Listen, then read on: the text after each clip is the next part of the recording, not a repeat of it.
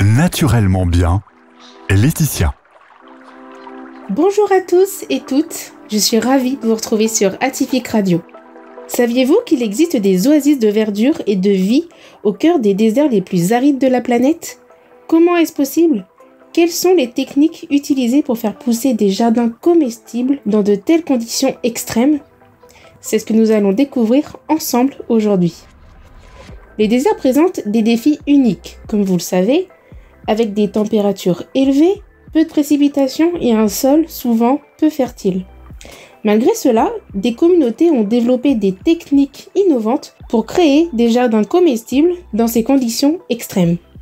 Ces jardiniers utilisent alors des méthodes telles que la collecte des eaux de pluie, des systèmes d'irrigation efficaces et bien sûr la sélection de plantes résistantes à la chaleur et à la sécheresse pour cultiver leur jardin dans le désert. Ces jardins ne fournissent pas donc seulement de la nourriture, mais ils favorisent aussi la biodiversité locale et renforcent la sécurité alimentaire des communautés vivant dans ces milieux arides. À travers le monde, des initiatives courageuses transforment les déserts en oasis de vie. En Israël, des jardins communautaires dans le désert du Negev. En Australie, des projets de reforestation dans les terres arides. Et en Namibie, des fermes familiales utilisant la permaculture dans le désert du Kalahari. Ces actions démontrent alors la capacité de l'homme à cultiver la vie là où on ne l'attend pas.